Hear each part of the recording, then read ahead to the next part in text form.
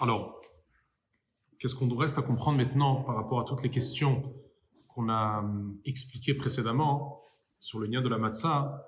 Il y a une matzah qui s'appelle la matzah de avant Chatzot, qu'on mange avant minuit. Il y a la matzah d'après Chatzot. Et d'ailleurs, c'est des matzahs différentes puisque la matzah avant Chatzot n'a pas la même force, la capacité de ramener cette lumière-là de l'infinité. Par contre, la matzah d'après Chatzot, c'est elle qui est la matzah de l'infinité. Aujourd'hui, la matzah qu'on mange, c'est relié à la matzah de l'infinité, même si on la mange avant Chatzot. Maintenant, on va comprendre Bichlal sur le sujet du pain, sur le sujet de la nourriture. Comment ça marche la nourriture? Comment la nourriture, à l'heure d'aujourd'hui, elle nourrit la personne? Comment ça marche? Alors, il y a un passouk qui est écrit comme ça: Kilo ala lechem levado yechia adam. Le passouk qui dit comme ça: c'est pas du pain même que la personne vivra. Et le passouk continue: et là, al kol motzipi Hashem yechia adam. C'est seulement sur les paroles qui sont dans le pain que ils feront vivre la personne. Et ça, c'est quelque chose d'intéressant parce que la carrure du pain qui te nourrit. Non, c'est les paroles qui sont à l'intérieur de ce pain qui s'appellent Tadeshe Haaretz. C'est les paroles que Dieu il a fait utiliser pour faire grandir toute l'agriculture. Tadeshe Haaretz, c'est-à-dire que dans la troisième jour de la création, Dieu il a fait pousser le blé, tout ce qui est le céréal. Tadeshe Haaretz, Deshe, c'est-à-dire que la terre va faire sortir de céréales. Et bien sûr qu'avec ces céréales-là, le blé, l'orge, etc., toutes les sortes de céréales, on fera du pain. Eh bien, c'est ces paroles, justement, les paroles Taché Haaretz qui nourrit la personne. C'est pas le pain même, c'est pas la mie, le côté croquant du pain, etc. C'est les mots de HaKadosh Baruch Hu qui a implanté dans la terre Taché Haaretz, qui va faire sortir du blé et qui va faire sortir du pain, les céréales, qu'avec ça on fait du pain. C'est ça qui vraiment nourrit la personne. C'est ça qu'est-ce qu'il dit. Maintenant, la question que l'Admo Azaken demande, c'est une seconde. Je comprends que c'est pas le pain même qui fait vivre la personne. C'est de la parole de Dieu qui a sorti de sa bouche, qui est habillé dans le pain, qui fait vivre la personne. Ok.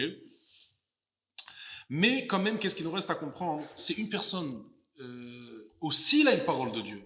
La même, quand Dieu, dans la création du monde, les 6 jours de création du monde, il a utilisé pour la récolte, il a utilisé la parole qu'il fait pousser le blé, etc. Mais la personne aussi, il a une parole. C'est écrit quoi? Quand HaKadosh Baruch Hu, il a créé l'homme, qu'est-ce qu'il a dit? Il a dit sur lui. Il a dit c'est écrit comme ça, c'est écrit, qu'est-ce que c'est écrit? Sur l'homme, c'est écrit Nasé Adam. C'est écrit, et on va faire un homme. Et les Khamim me disent, ça veut dire quoi? On va faire un homme, on va lui donner une vitalité spéciale qui s'appelle la Neshama. Alors la Neshama de l'homme, elle est aussi une vitalité qui fait vivre la personne. Alors pourquoi la personne avec sa Neshama? Alors bien sûr que le corps lui-même, il vit pas de soi-même, il vit de la Neshama. Or, la Neshama, elle a besoin d'une autre force pour vivre. Elle a besoin du pain, qu'à l'intérieur du pain s'habille la parole de Dieu, du mot Tacheharet, que cette parole-là fait vivre la personne. Or, la personne elle-même, elle a une force de Dieu qui s'appelle Naasé Adam, qui s'appelle on va faire un homme, et c'est justement cette Neshama-là qui fait vivre le corps. Pourquoi la Neshama, qui est une force vitale de Dieu, que Dieu a créée à l'intérieur de chacun, a besoin d'une autre force vitale pour vivre? Et cette autre force vitale s'habille dans le pain qu'on mange. Et là, il donne un chidouche, il donne quelque chose de très très fort. Il dit qu'en fait, c'est ramené dans plein d'endroits, dans plusieurs endroits, qu'il y a 4 espèces dans le monde. Il y a le minéraux, il y a le végétaux, après il y a l'animal, et ensuite il y a l'homme. Alors, le minéraux, le végétaux et l'animal viennent d'une source, une racine qui s'appelle Olamato, le Olam du Tau. Alors c'est quoi ce Olamato là? C'est expliqué en long et en large dans la Kabbale que c'est un monde qui n'a pas de tenue puisqu'il avait trop de lumière. Ça s'est cassé et c'est justement tous ces brisements, c'est des lumières très très très fortes qui sont justement l'origine de tout minéraux, végétaux et animaux. C'est ce Olamato là. Maintenant, ce Olamato est au-dessus même du Olam Hatikun. Il est au-dessus même du monde où provient la Neshama. C'est-à-dire que la Neshama, à la finale, elle provient d'une racine moins élevée, okay, que le minéraux, le végétaux et l'animal.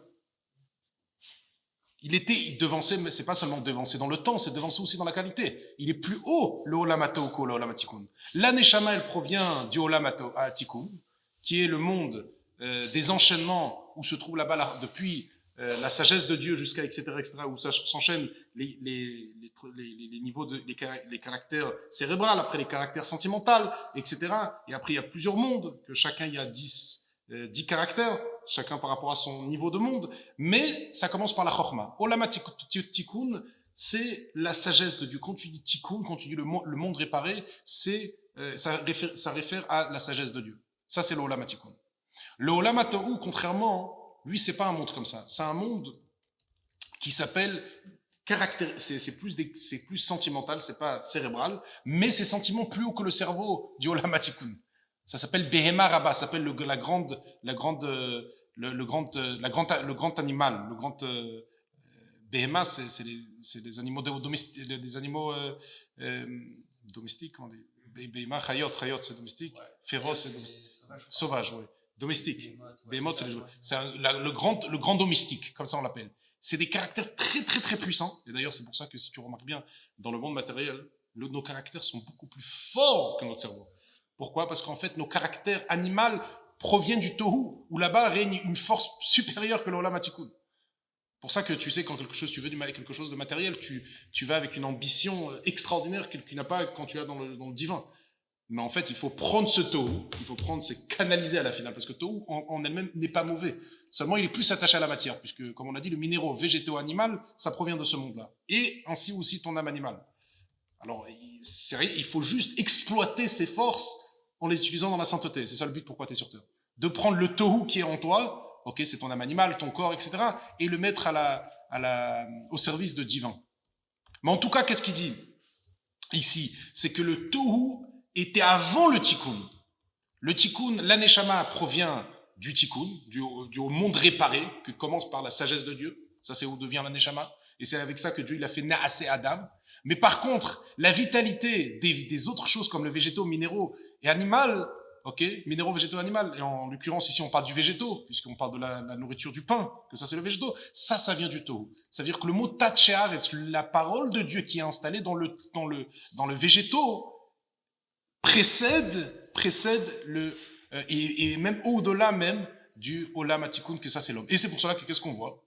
Que l'homme, même avec sa vitalité divine que Dieu a implantée depuis la création du monde, il a besoin de la qualité du pain, puisque le pain, ça fait partie de ce végétal-là qui est enraciné au-delà. Il a besoin de cette vitalité qui, à la finale, va lui donner de la vie. Cette parole divine, bien sûr, c'est pas le pain même, mais c'est la parole divine qui est enracinée dans Tohu.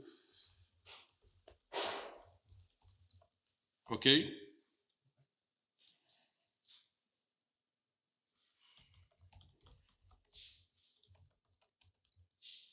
Maintenant, je vais demander une question. Pourquoi ça s'est cassé, ce Olam-là, de Otohu? Parce qu'on vient d'expliquer que c'est un monde qui n'a pas tenu. Aujourd'hui, toute la matière minérale, végétale, etc., provient de ce monde-là. C'est des étincelles qui sont l'origine de tout ce qu'on voit dans le minéraux, végétaux et animal. Très bien. Mais pourquoi quand il était dans son état dans son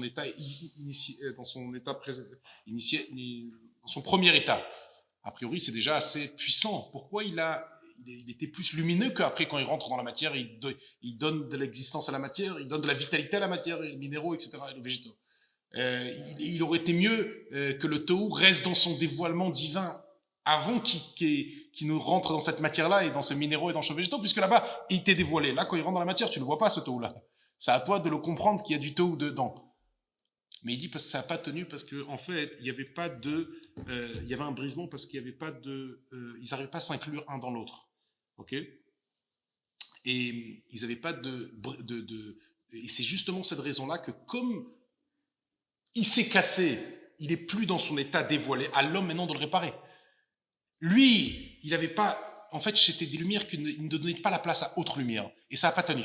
Tu mets un réceptacle et tu mets de la pression, bam, ça explose. Eh bien, le Keli, quelque part, le réceptacle du Tohu n'a pas tenu parce que les lumières étaient trop infinies et il ne laissait pas la place. C'est comme aujourd'hui, quelqu'un dit, c'est moi mon opinion, elle est la vraie, et toi tu n'as pas la vraie, je ne te donne pas la place à toi. Et qu'est-ce que ça fait à la finale? Ça explose. Les communautés, ils se disposent, ils se divisent, il n'y a plus de communauté, il n'y a plus de chas v'shalom. Le contraire, c'est le contraire de la paix, de ne pas laisser la place à l'autre. C'est ça s'appelle le monde du Tohu, ça. Ok, quelqu'un qui n'a pas le fait de rester ensemble et de donner chacun sa place à l'autre. Toi, tu existes, tu as ton opinion, moi j'existe. Et on n'est pas obligé d'adhérer, on se respecte mutuellement et on s'aime, même si tu as autre opinion. Toi, non, moi, il n'y a que moi, et toi, il n'y a que toi. C'est ces lumières-là qui sont très, très élevées, très infinies. C'est justement, beaucoup de fois, tu vois ça, les plus grands, ils sont en dispute toujours. Pourquoi? Parce qu'ils ont les plus grandes opinions. Parce que j'ai très, très grand. C'est ça, Tohu. Tohu, c'est des très, très grandes lumières qui a fait qu'il y a le brisement. Or, voilà, ça c'est juste un peu voilà, pour l'illustrer. Or, après qu'ils aient été brisés, maintenant ils sont inférieurs à l'homme, parce qu'ils sont dans le niveau de brisement. L'homme, le tikkun, qui vient de ce monde-là, qui est inférieur peut-être au Tohu, mais de manière dévoilée, il est plus dévoilé, la Neshama, il est plus dévoilé, elle est divin, même en étant dans le corps, tu ressens des divinités. Par contre, le Tohu, étant donné que ça vient d'un brisement de réceptacle, ok, tu peux dire, oui, mais la racine, elle est plus élevée, très bien, mais aujourd'hui, c'est le brisement. À toi maintenant de réparer ce brisement-là. C'est à la Adam. C'est qui le Adam? C'est qui cet homme-là? C'est la Neshama, c'est l'homme, bien sûr, c'est l'homme avec son âme. Lui, et ça réfère à la sagesse, parce qu'on a dit que le tikkun, le monde de tikkun, c'est, quand tu dis le mot tikkun, est égal, signifie la chorma de Dieu. Le tikkun, c'est la chorma, c'est où commencent tous les enchaînements, que ça commence avec la sagesse. Cet homme-là, il provient de la sagesse de Dieu, que la Neshama provient de la sagesse de Dieu, que ça s'appelle le tikkun. À lui, il a une qualité, il a un avantage que lui, par contre, il n'est pas dans le brisement. Lui, il est dans la perfection, il peut réparer les choses. Il va réparer le Tohu, qui est dans le brisement. Et c'est justement en prenant toutes les matières, minéraux, végétaux, etc., et qu'à l'intérieur, il y a du Tohu, et les utiliser comme il se doit. Faire une bracha sur un aliment, etc., faire toutes ces choses-là, exploiter toute la matière, minéraux, végétaux, convenablement. Alors, je vais juste... Voilà, et ça, c'est... Voilà, comme il dit tout de suite. Ça veut dire, certes, c'est plus bas que l'homme, le végétaux, etc. C'est pour ça que l'homme doit raffiner tout ça. Comme c'est écrit qu'avec la sagesse, on raffine. Et l'homme signifie la sagesse. Ok, mais par contre, après qu'il arrive à raffiner, oui, qu'est-ce qui va se passer? Alors là, ça va faire vivre la personne. Le végétaux, l'homme, il va prendre le végétaux, il va faire une bracha dessus, il va la manger, il va la raffiner parce que c'est un homme qui mange, c'est pas un animal qui mange. Il va manger avec retenue, il va pas manger vite, il va pas être un goinfre, etc. Et après, à la finale, qu'est-ce qui va se passer? À la finale, il va sentir, l'homme, il va se sentir vivifié, si on peut dire ce langage-là, ça veut dire il va se sentir animé par cette nourriture, parce que c'est la nourriture qui va lui donner de la vie. Alors de base, la nourriture, elle est plus bas, parce que c'est à lui de la raffiner, cette nourriture, puisqu'il vient du tohu, de ce monde qui a eu du brisement. En fait, c'est pour ça que si tu vois cette nourriture-là, tu peux avoir des pulsions animales. Toutes les matières, tu peux avoir des pulsions. Tout ce qui existe dans la matière, tu peux être animé par de la pulsion. Mais si tu as une maîtrise sur ça, alors là, tu répares. Tu répares, tu le fais avec retenue, tu répares les choses que tu le fais pas dans l'animalité, mais tu le fais comme il se doit, tu es dans le mode réparation, et après ça va te influencer de la vitalité. C'est ça qui va te faire vivre. C'est toi que de base, tu es le réparateur, parce que toi, tu es tikkun, toi, la neshama, c'est du tikkun, c'est le monde de tikkun. La neshama, elle répare la nourriture, mais à la finale, la nourriture, elle va donner la touche supplémentaire qu'elle a, qui est qu'est-ce qu'elle donne à vivre. C'est elle qu'elle va faire vivre, cette neshama, ce corps, même cette neshama, parce que cette neshama, elle ne peut pas tenir sans la nourriture. Parce que la nourriture, elle a enraciné plus haut même que la neshama. Alors de base, la neshama, elle a besoin de la raffiner, cette matière. Mais après, c'est la matière, en l'occurrence ici, c'est le végétaux qui va faire vivre la neshama. Dieu a sa racine plus haut. Et ça, c'est qu'est-ce qui a marqué?